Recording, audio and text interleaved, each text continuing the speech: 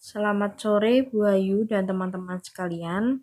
Perkenalkan kami dari kelompok 3 yang beranggotakan Dila Aprilia, Lea Karenina, dan Vidya Putri. Kami akan presentasi mengenai analisis arus kas. Yang pertama ada pendahuluan. Menganalisis arus kas dibagi menjadi 3 bagian, yaitu laporan arus kas yang berisi mengenai yang pertama relevansi kas, hubungan arus kas, pelaporan berdasarkan aktivitas.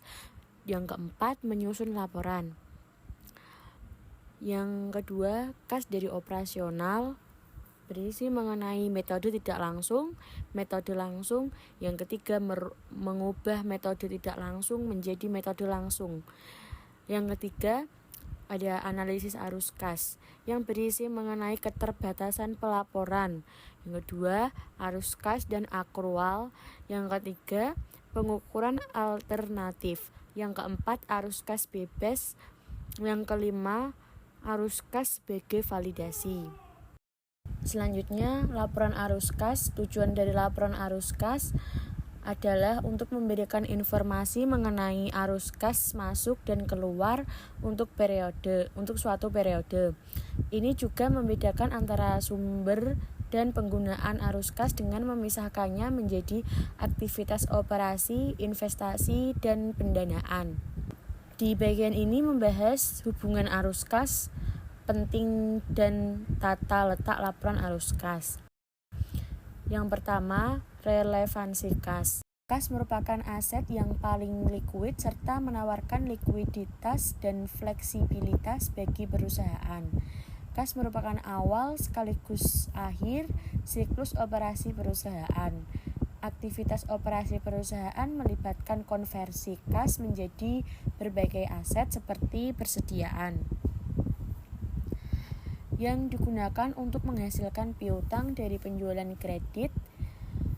Siklus operasi menjadi lengkap saat kas kembali ke perusahaan melalui proses penagihan yang memungkinkan dimulainya siklus operasi baru. Lalu selanjutnya pelaporan berdasarkan aktivitas. Laporan arus kas melaporkan penerimaan kas dan pembayaran kas berdasarkan aktivitas, operasi, investasi, dan pendanaan yang merupakan aktivitas utama dalam bisnis perusahaan. Yang pertama, A. Aktivitas operasi merupakan aktivitas perusahaan yang terkait dengan laba. B. Aktivitas investasi merupakan cara untuk memperoleh dan menghapuskan aset non-kas. C. Aktivitas pendanaan merupakan cara mendistribusikan, menarik, dan mendapatkan dana untuk mendukung aktivitas usaha. Selanjutnya menyusun laporan arus kas. Terdapat 2 metode pelaporan arus kas dari operasi, yaitu metode langsung dan metode tidak langsung. Meskipun kedua metode tersebut memberikan hasil yang sama, format keduanya berbeda. Dalam metode tidak langsung, laba bersih disesuaikan dengan pos penghasilan, beban, non-kas, dan akrual untuk menghasilkan arus kas dari operasi. Sementara arus kas yang dihitung dengan metode langsung menyesuaikan setiap pos laporan laba rugi untuk akrual terkait, sehingga menghasilkan format yang lebih baik untuk menilai jumlah arus kas keluar masuk operasi. Selanjutnya ada persiapan laporan arus kas. 3 sumber informasi yang digunakan untuk membuat laporan arus kas yaitu laporan posisi keuangan, laporan laba rugi, dan laporan transaksi terpilih. Lalu 3 langkah utama dalam membuat laporan arus kas adalah sebagai berikut. Yang pertama, menentukan perubahan dalam kas. Yang kedua, menentukan arus kas bersih dalam aktivitas operasi.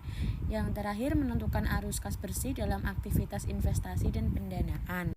Selanjutnya ada topik khusus.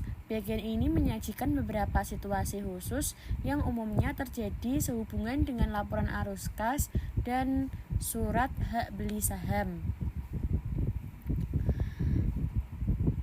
Yang pertama, investasi metode ekuitas. Dalam akuntansi metode ekuitas, investor mencatat bagian atas laba perusahaan investasi sebagai laba dan mencatat dividen sebagai pengurang saldo investasi. Porsi laba yang tidak dibagi merupakan laba non-kas yang harus dieliminasi dari laporan arus kas sehingga yang tersisa hanya porsi laba yang diterima tunai. Hal ini dilakukan dengan mengurangkan bagian atas laba perusahaan investasi dari laba bersih setelah dikurangi dividen yang diterima. Selanjutnya B, ada akuisisi perusahaan dengan saham. Saat satu perusahaan membeli perusahaan lain dengan saham, aset dan kewajiban konsolidasi meningkat seiring dengan ekuitas. Namun, yang dilaporkan dalam arus kas hanyalah perubahan pos neraca yang berasal dari transaksi kas. Dengan demikian, penyesuaian neraca untuk menghitung arus kas operasi tidak sama dengan perubahan pos neraca itu sendiri.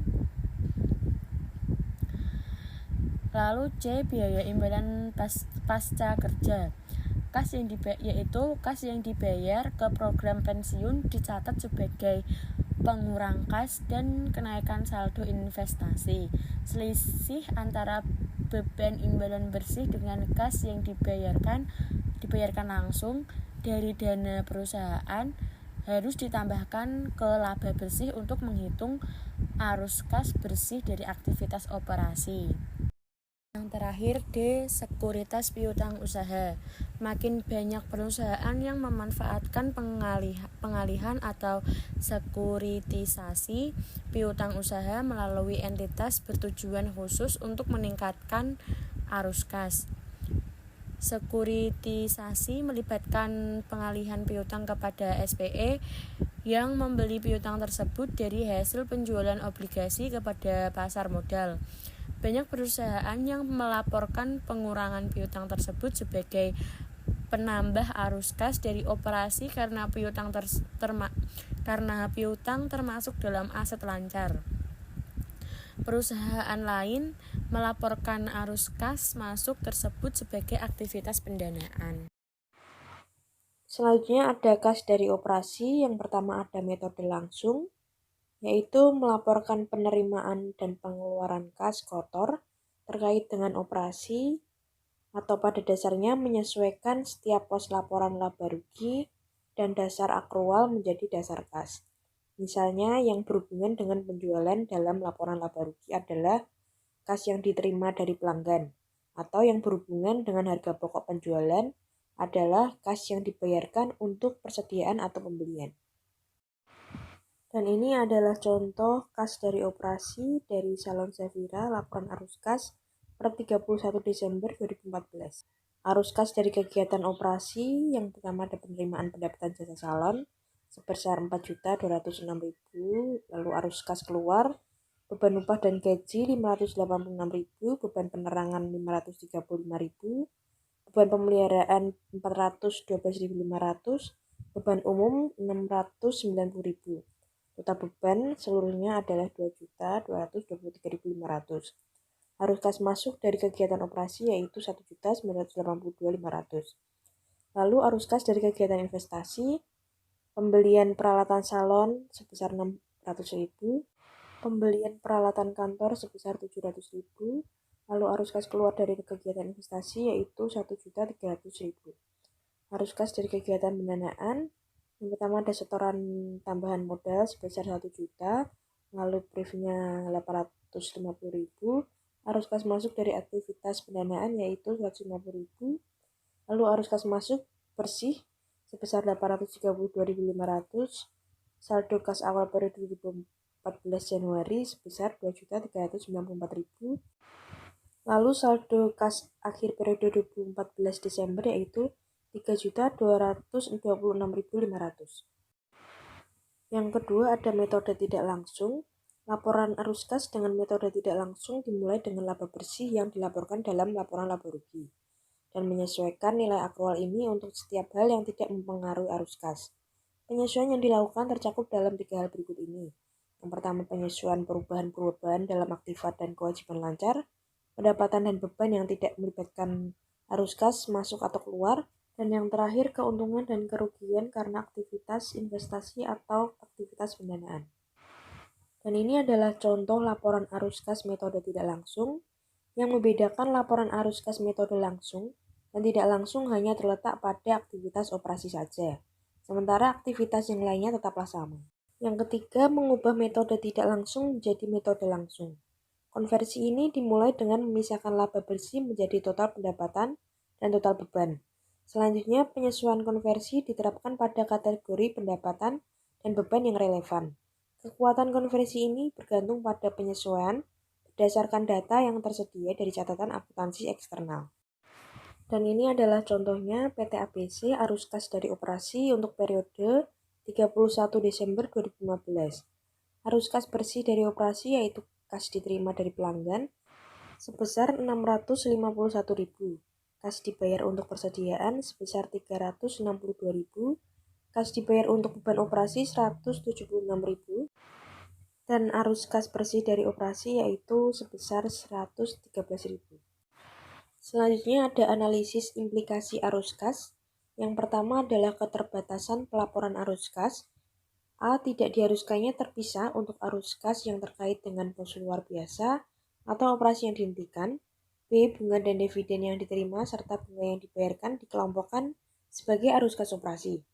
C. Pajak dikelompokkan sebagai arus kas operasi.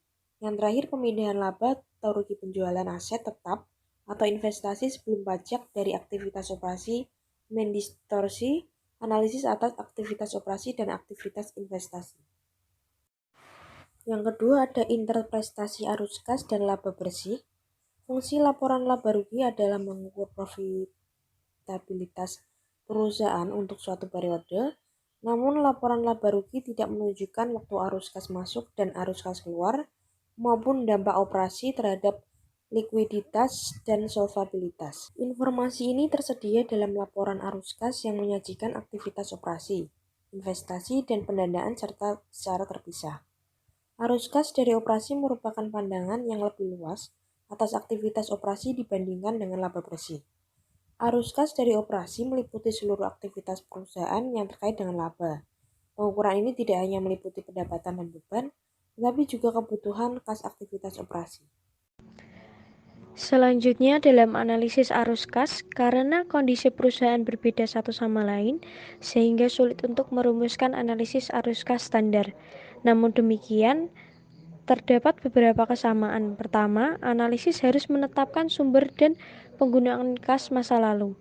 Analisis ukuran sama atas laporan arus kas membantu penilaian ini. Dalam mengestimasi tren, gunakan total sumber dan penggunaan kas utama selama beberapa tahun karena angka tahunan dan kuartalan seringkali terlalu pendek untuk menghasilkan kesimpulan yang bermakna. Misalnya, pendanaan untuk proyek besar sering memiliki rentang beberapa tahun. Pengukuran arus kas alternatif. Penggunaan laporan keuangan kadang menghitung laba bersih ditambah penyusutan dan amortisasi sebagai ukuran kasar arus kas operasi. Salah satu bentuk pengukuran ini adalah EBITDA. Namun pengukuran ini memiliki beberapa masalah. Yang pertama, penambahan kembali penyusutan terkadang diartikan beban tersebut bukanlah beban yang sah. Selanjutnya, beberapa mengartikan penambahan kembali penyusutan menunjukkan bahwa ada kas yang dikeluarkan untuk mengganti aset jangka panjang. Dan selanjutnya adalah laba bersih ditambah penyusutan mengabaikan perubahan-perubahan akun-akun model kerja yang merupakan bagian dari arus kas bersih dari aktivitas operasi. Selanjutnya ada perusahaan dan kondisi ekonomi. Perusahaan yang sukses dan gagal dapat mengalami masalah arus kas dari operasi tetapi dengan alasan yang jauh berbeda. Perusahaan sukses yang menghadapi masalah kenaikan investasi dalam piutang dan persediaan untuk memenuhi permintaan pelanggan yang meningkat.